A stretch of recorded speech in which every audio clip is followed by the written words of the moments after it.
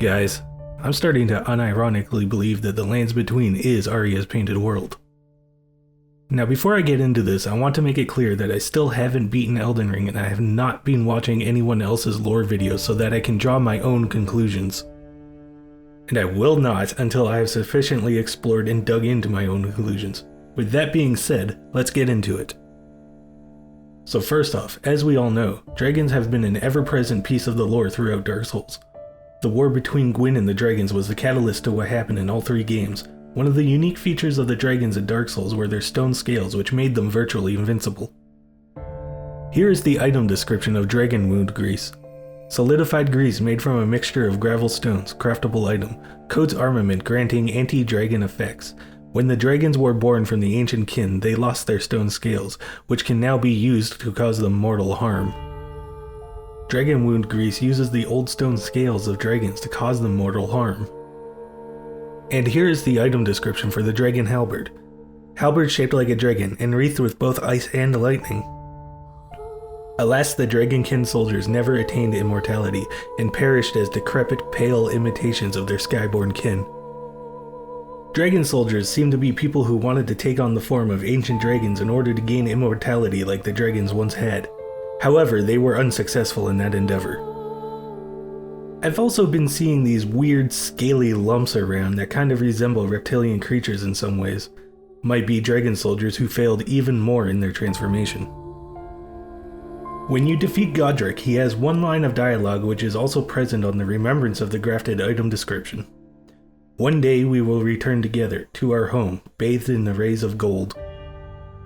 Bathed in the rays of gold? Sounds like somewhere under the shower of sunlight, somewhere like Lordran perhaps? There's also the Erd trees, large, ancient, spiritual trees which the people of the Lands Between revere with great respect. Where else could we find large, ancient trees? The home of the ancient dragons in Dark Souls, Ash Lake. There's one more thing I want to touch on with this subject, the thing that made me go from meme to kind of actually believing it. There was a shack that I came across. Upon entering it, an Aria title card came up that said, Artist's Shack, and it housed a large painting of the vista just outside the door.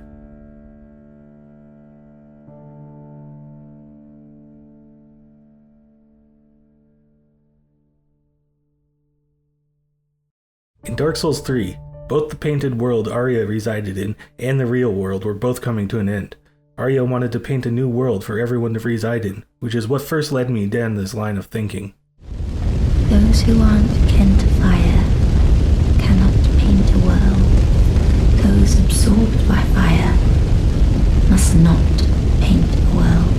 Don't worry, I haven't forgotten, Mother.